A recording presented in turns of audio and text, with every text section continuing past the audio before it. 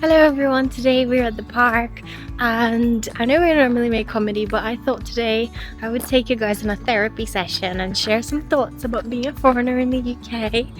Since I committed to posting one video per week, it has to be done, and this is what I'm in the mood for. So yeah, let's talk about being a foreigner and living abroad and missing our families and identity crisis. Let's go. Why is making friends abroad harder than dating? Like, am I the only one? And look, I'm a very friendly person, but I did struggle to make some friendship at the beginning, okay? Let's first consider that in Brazil, you just meet someone for 5 minutes and you're invited to go into their houses. While in UK, I feel like you have to pass a trustworthy test to be able to go into people's houses. Almost like they ask for your DBS, police check, everything before going to their house. Then we go into the fact that lots of people, when they move abroad, they just stick within their own communities because that's easier, because you speak the same language, you have the same customs. But that's not pushing yourself, people. If you're moving abroad, if you're living abroad, you should definitely try to integrate yourself within the culture and learn as many cultural hacks as you can and as much as you can about other cultures. But don't be shy about where you came from and what your food smells like, or if you eat with your hands or fork. You have to be proud.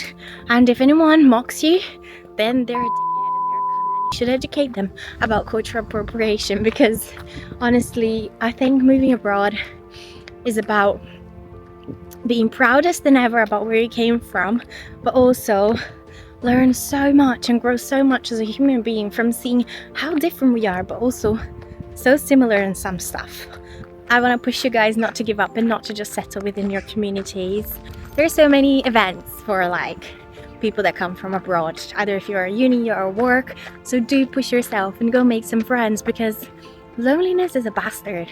When you're already homesick, make yourself your mind as strong as possible by eating well and exercising, and yeah, if you can find good friends, then that's amazing. Do you guys also feel like after you moved abroad, you are such a different version of yourself that you had to adapt to the new culture?